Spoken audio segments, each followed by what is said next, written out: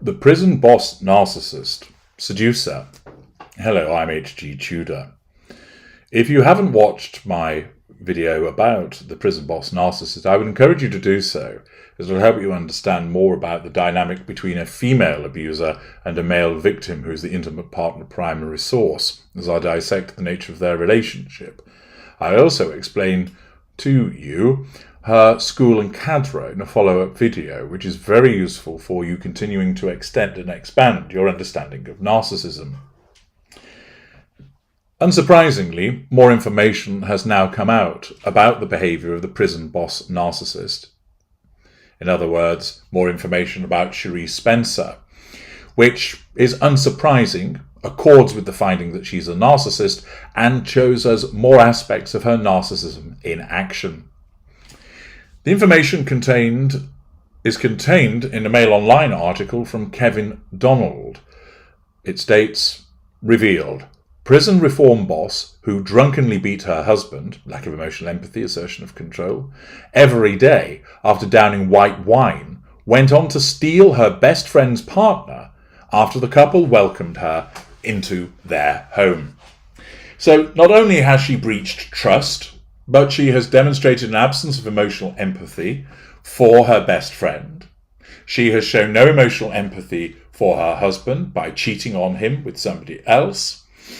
That she has interfered in an existing relationship, demonstrating a sense of entitlement, and demonstrating once again the nature of the narcissist with regard to taking somebody else's relationship and shitting all over it in the pursuit of the prime aims.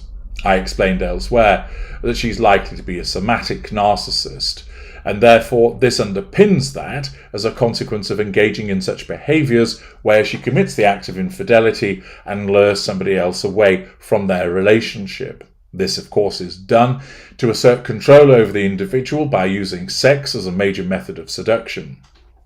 The Mail reports a prison reform boss jailed for subjecting her husband to 20 years of humiliating abuse and assaults, assertion of control, various manipulations, stole the partner of her best friend who let her live in their home. Showing a lack of accountability for her behaviours and throwing the empathic, good-natured hospitality shown to her back in the face of her friend. Businesswoman Caroline Grant told how Sheree Spencer drank mugs of wine at 7 a.m, excessive drinking, lack of accountability, and spent evenings drunkenly flirting, lack of boundary recognition, with her partner, Adrian Taylor. Miss Grant told Mail Online, when Sheree's marriage broke down, I was the only person who stood by her, showing her empathic nature, or at least possibly as a normal in terms of the empathic trait of compassion, caring, support. And then she thanked me by stealing my partner. Spencer, 45, was jailed for 4 years after making her husband Richard Spencer's life a living hell, with daily beatings, manipulation, physical assault, and verbal attacks, verbal insult, manipulation, that left him cowering on the floor in a fetal position. A judge called her treatment of him the worst case of coercive and controlling behaviour I have seen. Miss Grant, 46, at first turned a blind eye to Spencer's chemistry with Mr. Taylor, 52, or rather, of course, the application of sexual seduction, of hoovering him into a sexual relationship, when she and Adrian were drinking together and acting like a pair of giddy teenagers around each other. Even though there were alarm bells sounding, I felt sure that nothing would happen after I'd given her a home in her time of need. Some people might say that's naive. It's certainly the case that there's a red flag flying and she didn't pay proper attention to it. But Sheree only cares about Sheree, self-absorption, sense of entitlement. She seduced Adrian from right under my nose. Lack of emotional empathy, interference in somebody else's relationship. Miss Grant met Spencer, a high-ranking official in the prisons and probation service, when their daughters became friends at a school just outside York. The girls had play dates, and their mothers became friends. Thus Miss Grant becomes a non-intimate secondary source. But Miss Grant was surprised to find she was the person that Spencer turned to when her marriage to Mr. Spencer, 46, came to an end. But unknown to Miss Grant, the police were investigating Spencer for her treatment of Mr. Spencer. This included beating him with a wine bottle, scratching, punching and kicking him, and forcing him to clean up after she had defecated on the floor. Belittlement, assertion of control through various manipulations. Miss Grant, a relocation specialist, only knew that Spencer and her husband were separating. She said, "When I eventually became aware of what she had been doing to Richard, like everyone else, I was horrified. But by then, she was already living in my home and was settled. Lack of boundary recognition, sense of entitlement." In July 2021, she told me she was staying with a friend because she and Richard had split up. She said it wasn't a particularly good situation because she was having to share a room with her friend's son. I invited her to spend a night at mine and Adrian's home, but as it turned out, she would end up spending months with us. Lack of boundary recognition, sense of entitlement, abuse of hospitality. Earlier on, of course, a pity play by lamenting the circumstances of her accommodation. She blamed Richard, blame shifting, the poor man whose life she'd actually ruined, for the split, saying he had faked evidence which had got her arrested. Pity play, blame shifting, projection. I believed everything she told me. It's hard to describe how incredibly plausible she is. She's a skilled liar, and I believed what she said. The first night she was here, she and Adrian started drinking wine and got smashed together. It should have been a warning sign at the very start, but I just couldn't see that. Spencer made herself comfortable at Miss Grant's large detached home on the outskirts of York. Sense of entitlement, lack of boundary recognition. She worked from home in her high-flying role as a project manager in the Strategic Development Department with HM Prisons and Probation Service. It was a role that brought her into contact with the highest levels of government, and she bragged, grandiosity, about meetings with former Prime Minister Boris Johnson. Ms. Grant said, "She told me she worked 2.5 days a week for a salary of £55,000, which was an incredible waste of taxpayers' money because she spent her days getting drunk. Lack of accountability, shirking of work. I saw her one morning with a mug of wine at 7 a.m.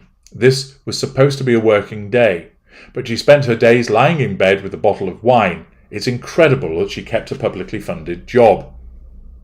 She did so by giving a sob story about her marriage breaking down, pity play, but that was nowhere near the whole truth. Miss Grant and her father, Jerry Grant, 76, who lives with her, began to become suspicious that Spencer and Mr. Taylor were becoming too close. She said they were spending their time getting drunk every night. They like to sit in a garden room we have, which we call the cabin, and would be up swearing and shouting and laughing long after I had gone to bed. Seduction of the husband. I knew my dad was starting to have concerns, but I told myself that neither of them would do such a thing under the roof of our family home. I couldn't have been more wrong. It's such a betrayal. I even gave up the master bedroom for her so that she would be comfortable. Her father said, "I started to feel as though something was going on. I'd see them sitting under a blanket together, and it seemed to me as though they might be getting amorous. I said to Caroline that I had my suspicions about them. It just didn't seem right. She was loud and swore and drank all the time, and she tried to get me to lend her £12,000 for legal fees, asset appropriation, lack of boundary recognition. I was on the verge of doing it, but I'm so glad I didn't." Ms. Grant's suspicions were aroused further when Spencer began sharing details of her dealings with men. She said, "Sheree told me she cheated numerous times on Richard. Repeated infidelity. She liked to go to Leeds and hook up with younger men. That was her way of getting kicks. Receipt of fuel. She also said she'd had an affair with a married man who was helping her with money. Interference with relationship, infidelity, residual benefit of money." Spencer stayed with Miss Grant until October 2021, when she was arrested for the years of abusing her husband. At that point, she moved into a house in Market Weighton, East Yorkshire. Miss Grant said, "I was asking Adrian whether he and Sheree were having an affair, and he denied it despite spending so much time at her new home. People will think I was naive, but I'm a trusting person, and I believed it until he eventually told me just before Christmas. Yes, we've been having an affair, and I'm in love with her. He moved out on Boxing Day 2021 and moved in with Sheree. He becomes the intimate partner primary source for Sheree. It was as though she had some kind of trophy on his arm. He introduced her to his family soon afterwards. He'd moved on completely. We'd been together since 2014, but he'd fallen hook, line and sinker for Sheree, and despite living in my home, she had reciprocated. The only satisfaction Miss Grant can take from Spencer's time with her is that one member of her household meted out some summary justice, her cockerel the godfather. She said the godfather hated Sheree from the start and would attack her whenever she left the house. On one occasion she fell over and he flew at her, pecking her head. I take a little bit of satisfaction from that. The godfather is clearly a better judge of character than I was. I'm lucky to be rid of both of them from my life, and my daughter and I and my dad are very happy together in our home.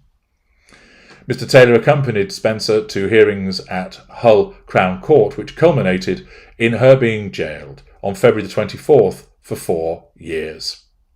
It then details more of the behaviour which I've mentioned previously. This, of course, just adds further evidence to the finding that she is a narcissist and demonstrates more with regard to the forms of manipulations, lack of accountability, sense of entitlement, absence of emotional empathy, lack of boundary recognition that underpins what she is and affirms, of course, her status as a somatic narcissist.